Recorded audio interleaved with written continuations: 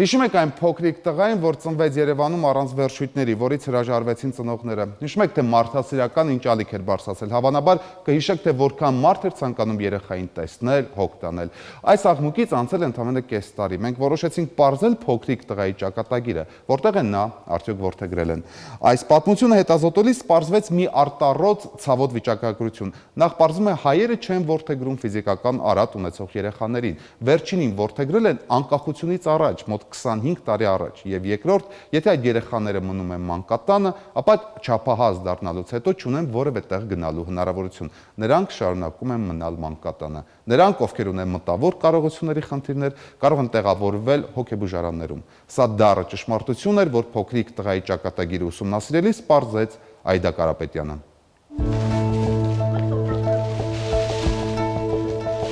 Իրերը Ռաֆայելի համար են, բարի մամաները ամեն ուրբաթ գնում են տղային տեսակցելու։ Ռաֆայել անունը շատերին գուցե ոչինչ չասի, բայց Մալաթիա բժշկական կենտրոնում առանց ձեռքերի եւ մեկ ոտնաթաթի ծնված տղային գիտեն բոլորը։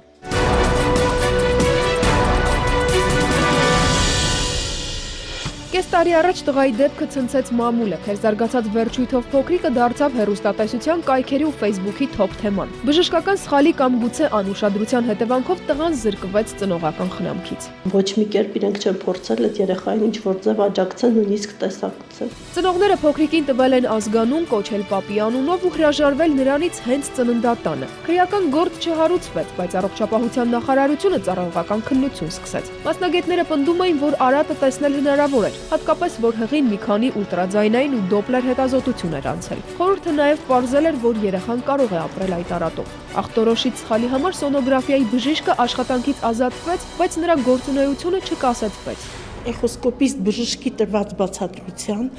ինքը տեսել է վերջույթները, անգամ ցույց է տվել ծնողներին։ Գիտեք, գրականության մեջ կան այդպիսի հաղորդումներ, երբ լինում է սակավաջերություն խիստ արտահայտված եւ վերջույթը ենթարկվում է ատրոֆիայի։ Դեպքից հետո հանրապետության բոլոր սոնոգրաֆիստները պարտադիր վերապատրաստվեցին։ Հաշմանդամ ծնված երեխան մի քանի շաբաթ հիվանդանոցում մնալուց հետո տեղափոխվեց մանկատուն։ Սա փոքրիկ Ռաֆայելի նոր տունն է։ Հիվանդանոցից հետո տղայի խնամակալությունը ստանձնել է միսիոներական բարեգործական կազմակերպությունը։ Մայր Թերեզայի քույրերը խնամում են բացառապես ֆիզիկական ու մտավոր արատ ունեցող երեխաների։ Երթային համակարգի ֆիզիկական ու մտավոր արատ ունեցող երեխաների համար Հայաստանում կա 3 մանկատուն՝ Խարվերդում, Երևանում ու Գյումրիում։ Որոշված էր, որ փոքրիկ Ռաֆայելն էլ պետք է ապրեր հենց Գյումրիի մանկան տանը, որը նախատեսված է մինչև 6 տարեկան երեխաների համար, բայց երեխայի հասցեն փոխվել է։ Նպատակահարմար էր երեխային տեղափոխել ոչ թե Գյումրու երեխաների տուն, այլ միսիոներների բարեգործական մանկատուն, որպեսզի հետագա եւ բժշկական միջամտությունները եւ հետագա բուժումը երեխան կարողանար ստանալ։ Միսիոներների բարեգործական կազմակերպությունը Հայաստանում գործում է 88-ի երկրաշարժից հետո, իսկ մանկատունը բացվել է 2006 թվականին։ Մայր Թերեզայի քույրերը, կաթոլիկ միանձնուհիները, խնամում են ամենատարբեր արատներ ունեցող 23 երեխայի։ Երեխաներին վերաբերվում են շատ լավ։ Այդ հարցում հաստատ վստահ եմ։ Բարի մամա հասարակական կազմակերպությունը ծնվեց Ռաֆայելի հետ, արդեն 6 ամիս բարի մամաները հեռակա խնամում են տղային ու լքված նորածիններին։ 3 տարեկանը լրանալուց հետո Ռաֆայելին կպրոթեզավորեն, մտավոր զարգացման խնդիր տղան չունի։ Շատ լավ է, շատ լուսավոր, պայծառ բալիկա ինքը։ Բացի բարի մամայից տղան ուրիշ այցելու չունի, մինչդեռ կես տարի առաջ Ռաֆայելին որդեգրել ու խնամել ցանկացողների պակաս չկար։ Մանկատներում որդեգրման իրենց հերթին շատ երեխաներ են սպասում։ Տարվա կտրվածքով մոտ 70 երեխա, մոտ շարժ ենք ունենում, մոտ 70 երեխայի ընդունելություն է եղել մասնագիտացված մանկատների։ Բնածին արատով ծնված երեխաների թիվը տարեց տարի ավելանում է։ Գերակշռում են մտավոր արատները։ Պատճառները տարբեր են, սկսած ժառանգականությունից մինչև ծնողների սխալ կենսակերպը։ Նորածինների մոտ բնածին շեղումների հաճախականությունը չի գերազանցում 2%-ը։ Համարվում են թույլատրելի հաճախականություն, արդեն 3-ից հետո սա արդեն երկրի համար որոշակի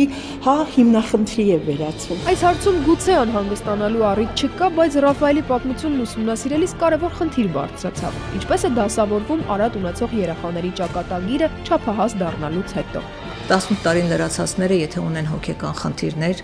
Վարդենիսի տուն ինտերնատ, մտավոր ֆիզիկական խնդիրները դեռևս շարունակում են մնալ հաստատությունում։ Միայն Խարբերդի մանկատանը կա ֆիզիկական արատ ունեցող 180 չափահաս։ Մանկատաների գերբեռնվածությունը թույլատնելու եւ երեխաների թիվը նվազեցնելու համար նախատեսվում է գիշերօթիկ դպրոցներից մեկը վերակազմավորել ու այնտեղ տեղավորել 80 սանի։ Սոցիալական խնդրով բալիկ չունենք մանկատանը խնամվող զուտ իրենց հիվանդության պատճառով են ծնողները կամ հրաժարվում ծնել կամ որոշակի ժամանակահատված խնամում են տան պայմաններում, հիվանդությունը սրվում է եւ իրենք նույնիսկ վնասում են իրենց քույր եղբորը, այդ դեպքում նոր ծնողները բերում են մանկատուն։ Ֆիզիկական արատ ունեցող երեխաների հանդեպ հասարակությունը դեռևս խտրական վերաբերմունք ունի։ Նրանց չեն ցանկանում որդեգրել։ Դա անում են ամերիկացիներն ու եվրոպացիները։ Հայ մանուկներին հենց նրանք են որդեգրում ու իրենց հետ տանում արտասահման։ Հայերը չեն ցանկանում։ Վերջին քառորդ դարում այդ երեխաներից եւ ոչ մեկը հայկական ընտանիք չի մտել։ Միակ դեպքը, երբ Հայաստանաբնակը ֆիզիկական արատով երեխա է որդեգրել, 1 տարի առաջ է եղել։ Այդա Կարապետյան, Ալբերտ Գալասյան, Հարութ Հակոբյան, Ավետ Տավյան, ժամը լրատվական։